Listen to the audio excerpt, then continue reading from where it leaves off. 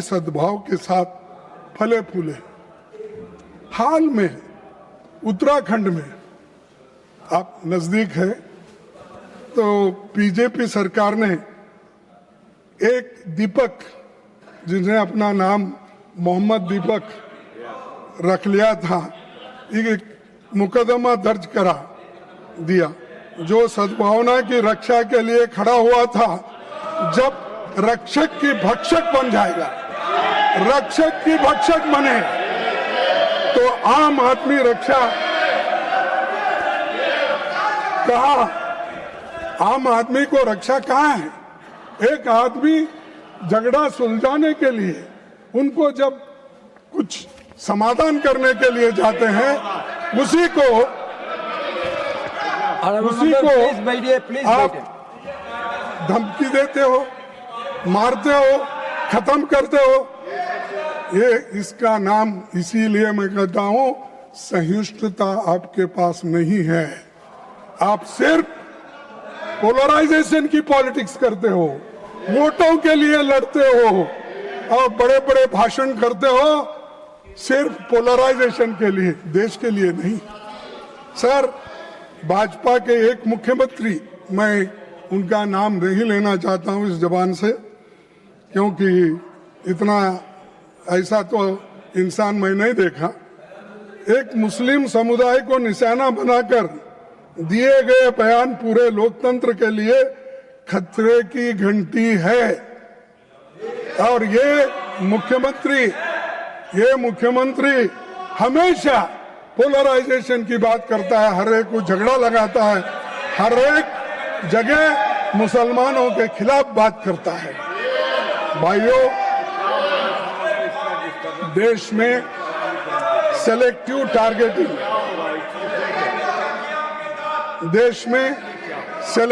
Targeting और bulldozer politics, sir, देश में सेलेक्टिव टारगेटिंग और बुलडोजर पॉलिटिक्स को रणनीतिक तौर पे इस्तेमाल किया जा रहा है।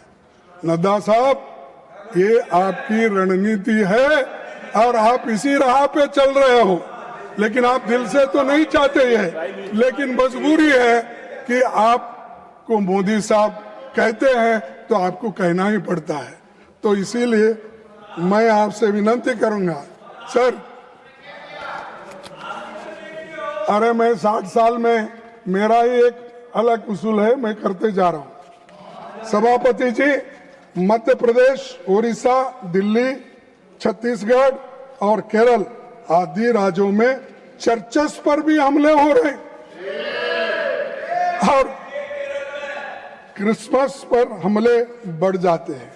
सर, मोदी जी केरल में चुनाव आने पर चर्च की प्रार्थना में जाते हैं, दिल्ली में जाते हैं, प्रार्थना में भाग लेते हैं, पर उन पर होने वाले अत्याचार, हमलों पर खामोश रहते हैं, मौन रहते हैं। सर, माइनॉरिटीज के खिलाफ objectionable, inflammatory and divisive speeches को बढ़ावा दिया जा रहा है। ईसाइयों और मुसलमानों के खिलाफ जहर उगले बिना उनको खाना हजम नहीं होता आपको। इसीलिए मैं कहना चाहता हूं, कम से कम आपके लोगों को बोलिए, ऐसा जहर उगालना बंद कर देना। अरे, आपको पावर मिला है, उसका ठीक ढंग से इस्तेमाल करो। उसके बजाय पोलराइजेशन के लिए, वोटों के लिए जहर मत दे दो लोगों को, और देश मत तोड़ो। और इसके बजाय आप अपना खुद आप सोचिए इसके बारे में। बीजेपी का प्रवक्ता बनने के क्वालिफिकेशन ये है इनके पास, हेट स्पीच। जो ज्यादा मुसलमानों के, ईसाइयों के खिलाफ बोलेगा, वो बड़ा बहादुर आदमी इनमें है, बड़ा ज्ञानी आदमी, और बड़ा वो क्या है, इनका प्रोटेक्टर बनता है। वो गालियां देना एक ही काम उनका, औरत हो मर्द हो, वो क्या, उसमें कोई फर्क नहीं, उनका प्रवक्ता है। सर, इससे देश की छवि के नुकसान पहुंच रहा है और साथ ही कॉन्स्टिट्यूशन का कोर वैल्यूज भी कमजोर हो रहे हैं। हमें तकलीफ है कि राष्ट्रपति जी जिन्होंने गरीब और कमजोर तबके की पीड़ा को खुद देखा है, उनके अभिभाषण में इस गंभीर चिंता की कोई झलक नहीं है। मैं अभिभाषण पे ही बोल रहा हूं, नड्डा साहब, हमें तकलीफ है कि राष्ट्रपति जी जिन्होंने गरीब और कमजोर तबके की पीड़ा को खुद देखा है, समझा है, उनके अभिभाषण में इस गंभीर चिंता की कोई झलक नहीं दिखती, क्योंकि आपने जो कहा, जो लिख के दिया, वही पढ़ना पड़ता है, वही उन्होंने पढ़ा। क्या आप विकसित भारत नफरत और विभाजन की बुनियाद पर खड़ा करना चाहते हैं? और अगर ऐसी ही आपका रवैया रहा, देश आज ना कल आपको देश के टुकड़े करने के लिए आप ठहरे हुए हैं, ये मैं कहना चाहता हूं। अब संविधान और संसद के प्रति इनकी सोच पर चंद बातें करूंगा।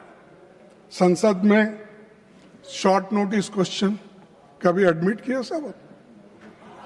हाफ एन आवर डिस्कशंस और प्राइवेट मेंबर बिल्स अब अहमियत नहीं रखते, जबकि ये हथियार आम जनता की पीड़ा और ज्वलंत मुद्दों को सदन में लाने का माध्यम है। इसीलिए मैं आपको वो भी इस सदन के सामने रखूंगा कि किस ढंग से आप ये बिल्स को discussion, half an hour discussions को, शॉर्ट नोटिस, कैसा आप अलाउ ही नहीं करते डिस्कशन के लिए। तो इसीलिए मैं डिटेल में नहीं जाना चाहता हूं। मैं यहाँ पर वो बना के लाया हूं। आपने क्या यूपीए टाइम में 3004 half an hour discussion, half an hour discussions admitted 30, half an hour discussion held 19। NDA सरकार के जमाने में 66 half an hour discussions filed, और उसमें half an hour discussions admitted 3, चर्चा 2। और एक बार पढ़ो। तो ये आपका काम है, ये भी मैं सदन के सामने रखना चाहता हूं।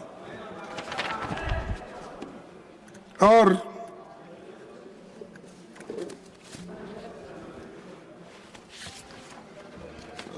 प्रधानमंत्री संसद में सवालों से बचते हैं। 16वीं और 17वीं की लोकसभा में 8123 सवाल पूछे गए। यादव साहब, इधर भी थोड़ा ध्यान दीजिए। नहीं, मेरी बात नहीं कर रहे आप, और दूसरी बात कर रहे थे, मेरे को मालूम हो। 16वीं और 17वीं, 16वीं और 17, नहीं बेटे, 16वीं और 17वीं लोकसभा में 8123 सवाल पूछे गए। कितने? 8123 सवाल पूछे गए, लेकिन केवल 13 स्वीकार हुए और 1015 सवाल खारिज हो गए। क्या डेमोक्रेसी है, क्या चर्चा है?